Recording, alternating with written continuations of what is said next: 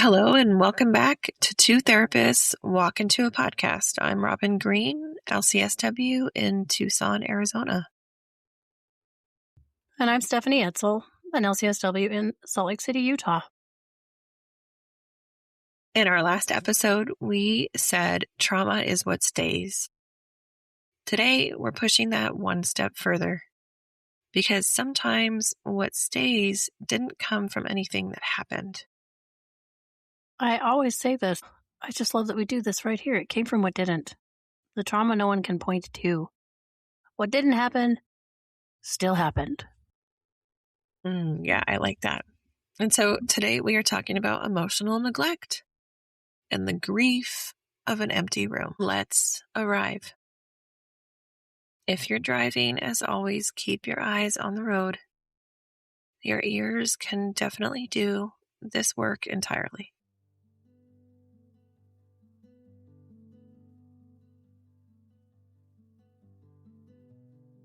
Wherever you are, let yourself be off duty for a moment. Nothing to fix, nothing to tend to, nothing to perform. If you're open to it, find the farthest sound you can hear. Maybe it's traffic, a neighbor, wind. Just allow your attention to travel all the way out to it.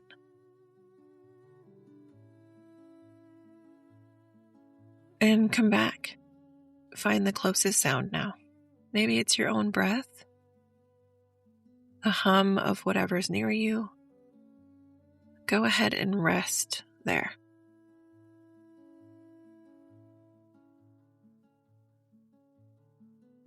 And last thing, notice that your attention just went somewhere and then came home to yourself.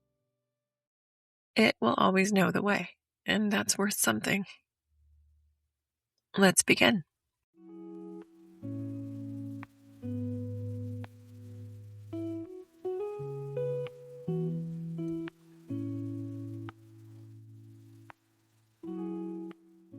Stephanie, I want to start with something strange about this topic. Okay, let's go. That was very intense. I'm like, Wasn't whoa, it, yes. Stephanie? Yes, I'm here. The people that carry this wound are usually the ones most certain that they don't really have one. I'd agree every time. I think I even said it before on another episode. My childhood was fine. Nothing happened to me. They mean it.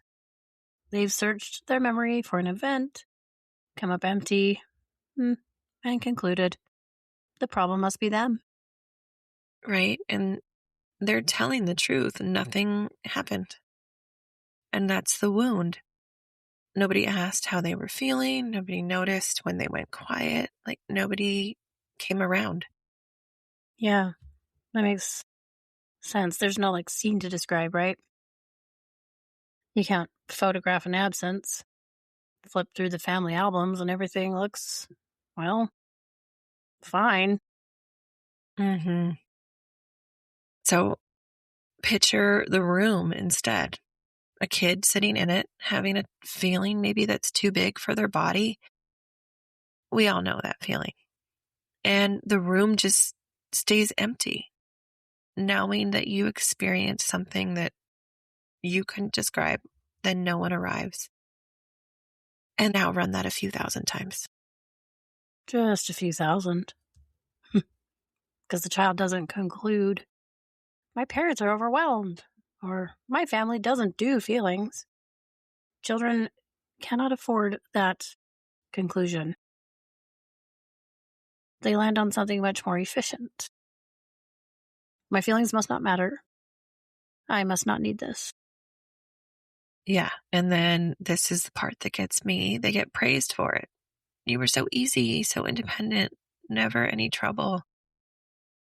Low maintenance. The gold star of childhood.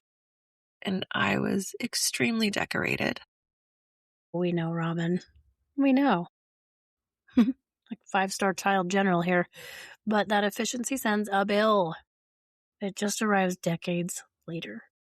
Addressed to an adult who genuinely can't tell you what they feel. Static, where the word should be emptiness with no explanation. A self-sufficiency so fierce that letting someone help feels like danger. This is a roast. I'm literally like, I don't even know. You saw me point. I know. Right? Oh my gosh. And underneath all of it, there's that quiet conviction that something is wrong with them because everyone else seems to have a reason for their pain and they don't. Which is where the comparison move comes in. Other people had it so much worse. As if pain requires a freaking permit. Yeah. And grief doesn't check permits. You can grieve something that never happened, the attunement you didn't get, the questions no one asked. And that grief is real and it's just been waiting.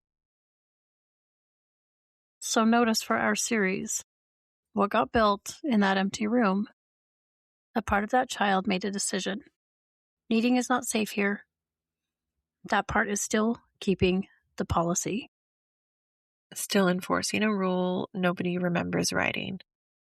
Which, raises the real question, how does an absence get into the body at all? Well, lucky for us, that's the nervous system nugget. Today's nugget is about co-regulation and what the nervous system does without it. And most of us were never taught this. A baby cannot regulate their own nervous system. Not struggles to. You cannot. The equipment isn't built yet, so regulation is borrowed before it's owned. A distressed baby needs a calmer body nearby, a voice, a face, arms to bring their system down. That's co-regulation. And the nervous system treats it as survival, not comfort. Okay, this is not a nicety like, oh, what a bonus. I get to be loved. Over thousands of repetitions, it's how a system learns that distress rises and then falls, that someone comes. The feelings are survivable.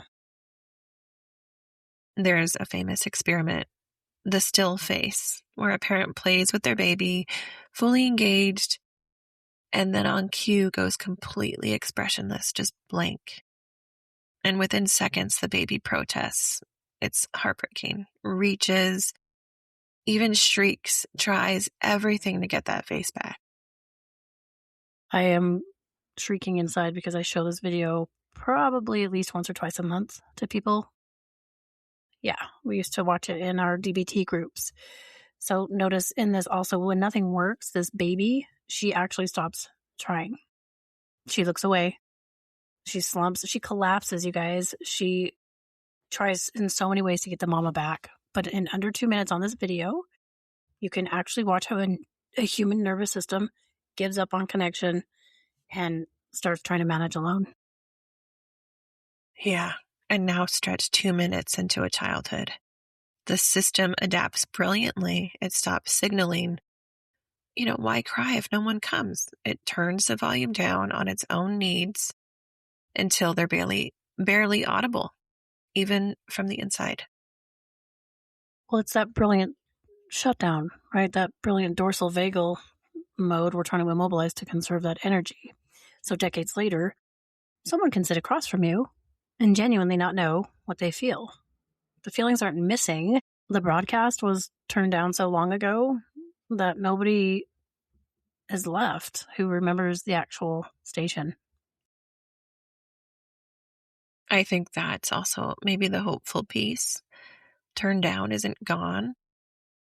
A nervous system that adapted to absence can adapt to presence.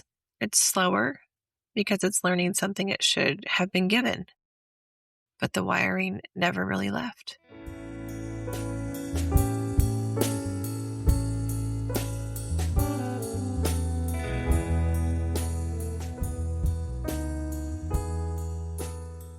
Today's coping skill, we're calling it one true word.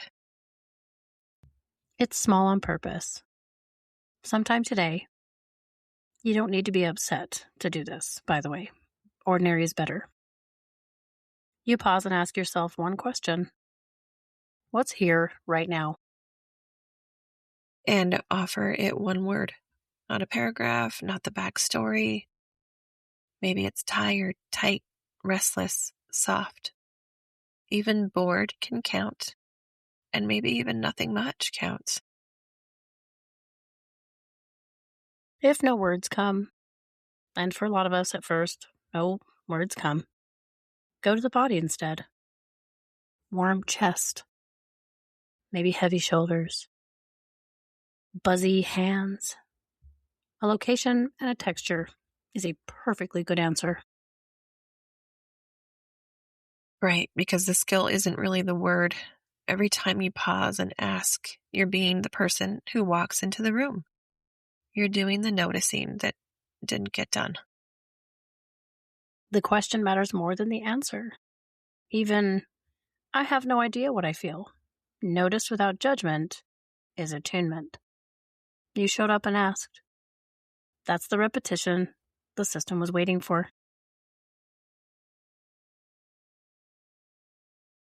Once a day is plenty, and twice is a luxury. One true word.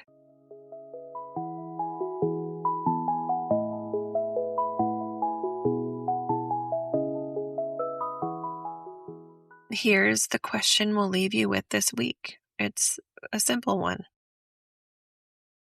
When you needed someone as a kid, who came? If the answer was no one, what would it mean to be the one who comes now? Take your time with it. The question will wait. Next time, why does a person split into parts at all? Structural dissociation. The why underneath everything we've said so far. It's really the episode this whole series has been walking towards. I cannot wait. And thank you for being with us. And remember, healing isn't linear, and we're here for the ride.